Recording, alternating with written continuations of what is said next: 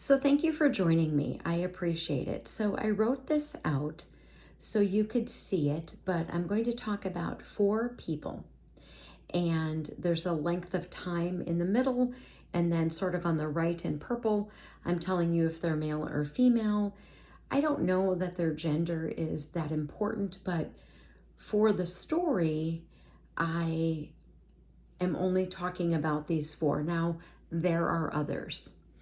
But what's interesting is that the third person on this list was sort of an epiphany for me because the third person, I went, holy crap. And it made me think about person one, person two, person four, other people that are not listed on this list. But this is interesting. So I thought that I would share it. So person one, two, and three are no longer with us. Person four still is.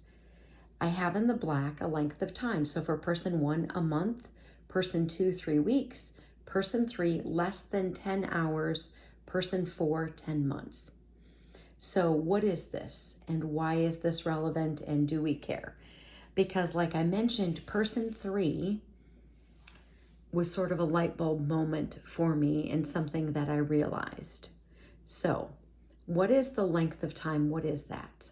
The column that's sort of mostly on the right. So person one was on hospice for about a month. Person two was on hospice for 3 weeks. Person three was on hospice for less than 10 hours. Person four has been on hospice for 10 months. As I said, persons one through three are no longer with us. Person four is.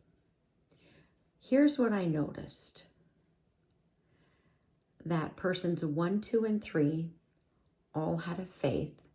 Person four does not. So when person three passed, it made me think about these other people and their length of time and how long they were with us. And the common denominator was that every person that I thought of that was on hospice that had a faith, their time on hospice was short. Is it possible that the person without a faith, person number four, is it possible that this person is still on hospice and their time is delayed as long as possible, as long as their body can hold out to keep them going one more day so that they can get to the point of Romans 10 verse 9. Maybe she will never get there, but it's an interesting concept. I will tell you that person four has been resistant to any sort of communication about that.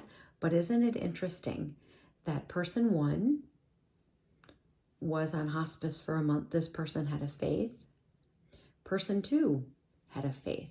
Person three had a faith. But person four, the only one without a faith, is still here. It's an interesting thought. And I thought about these other people as well that are not included, but there are other people that fit this pattern, that fit this mold. Romans 10:9, it says this, that if you confess with your mouth the Lord Jesus and believe in your heart that God has raised him from the dead, you will be saved. Is it possible person four is still here? Because the Lord wants everyone to be saved. And to get this person to that point, it's an interesting concept. I thought I would share it. Armor up, we ride at dawn. May God bless you as always. Have a great day.